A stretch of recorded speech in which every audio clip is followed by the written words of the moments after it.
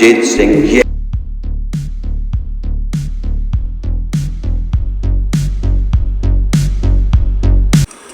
एक बार जोरदार तालियां हो जाएं, जोरदार, जितनी आप बजा सकते हैं। वैसे पहले तालियां इसीलिए बजवाई हैं क्योंकि एक फंक्शन में ऐसा हो गया था, ऐसे ही माइक पे गया था एक फंक्शन में अपना प्रोग्राम देने, पहले ही जोक सुनाया था, शायद कंटेंट की दिक्कत हो गई, तालियां नहीं बजी, घुसुंड बज गए। और घुसुंड भी ऐसे बजे कि हालत खराब। उसको देखते हुए मैंने घुसुंड पे ही 2 लाइन लिख दी कि घुसुंड पढ़ते रहे जोरदार, घुसुंड पढ़ते रहे जोरदार, वो एक पल मुझे खल रहा था।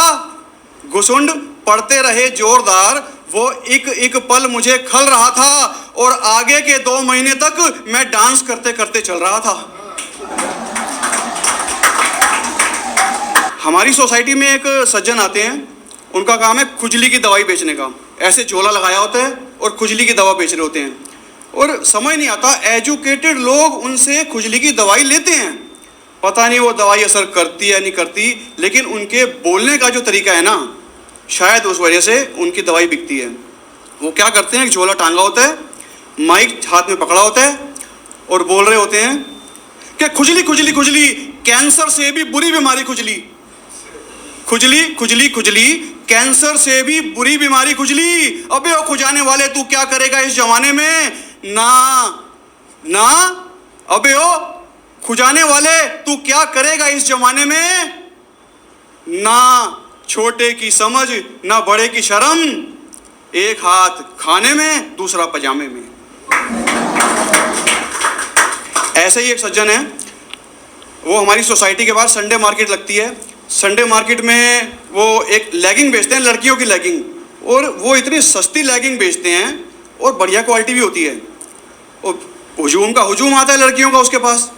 अब जब इतनी लड़कियां आती हैं, इतना हुजूम आता है, तो चोरी का खतरा भी रहता है। तो चोरी से बचने के लिए वो सिर्फ और सिर्फ 2 लाइनें रिकॉर्डेड माइक में उनकी चलती रहती हैं लगातार। वो 2 लाइनें क्या हैं कि 50 रुपये लेगिंग, 50 रुपये लेगिंग, जो चोरी करेगी उसका बॉयफ्रेंड मरेगा। 50 रुपये लेगिंग, 50 रुपये लेगिंग, जो चोरी करेगी उसका बॉयफ्रेंड मरेगा। मैंने एक बार जाके पूछा, मैंने कहा भाई ऐसे चोरी रुक जाती है? कहता जब से माइक लगाया चोरी बंद। बहुत बढ़िया बात है यार। तो मेरे पिताजी की एक शॉप थी ग्रोसरी की,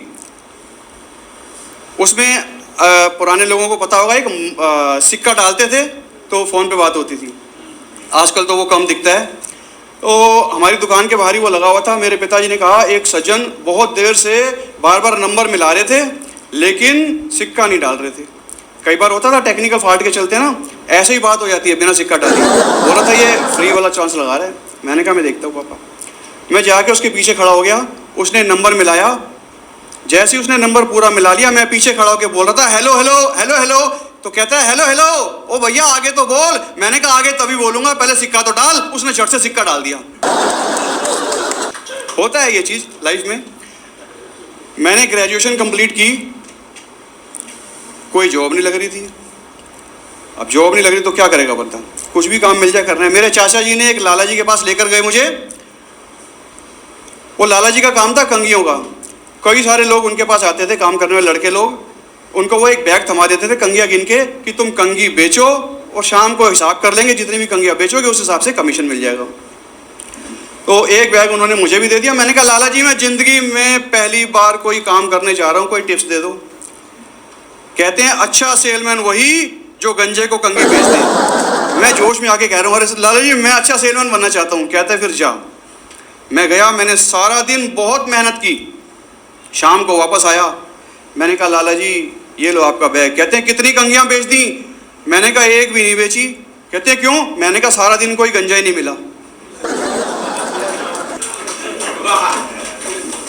कहते हैं कि अरे यार गंजे वाली बात नहीं थी, कंघियाँ तो सबको बेचनी होती हैं, ये तो एक कहावत थी।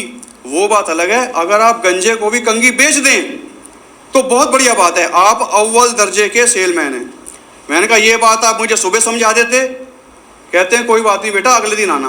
अगले दिन मैं गया, मैंने बैग लिया, ऑफिस से जैसे ही बाहर निकला हूँ मुझे एक गंजा मिल गया। मैं उसको कह रहा हूँ सर कंघी ले लीजिए, कहता मुझे नहीं चाहिए। वो थोड़ा सा आगे चला, मैं फिर उसके पीछे पीछे, मैंने कहा सर कंघी ले लीजिए, कहता दिखता नहीं है मेरे सर पे बाल नहीं है।